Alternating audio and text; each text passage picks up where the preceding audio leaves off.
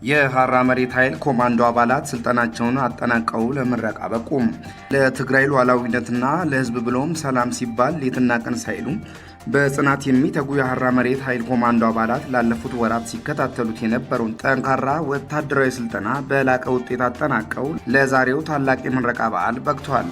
የማይናወጥ ሀገራዊ ፍቅርና የሕዝብ ወገንተኝነት ላይ ትኩረት በማድረግ አባላቱ በሁሉን አቀፍ ዝግጁነት ተቀርጸው ለዛሬ ምረቃ በዓል መድረሳቸውም ተመላክቷል። እነዚህ ለሀገር አለኝታ የሚሆኑ ጀግኖች የወገን ደህንነትን ለማስጠበቅና የተጣለባቸውን ታሪካዊ ኃላፊነት በከፍተኛ ዲሲፕሊን ለመወጣት ዝግጁ ናቸውም ተብሏል።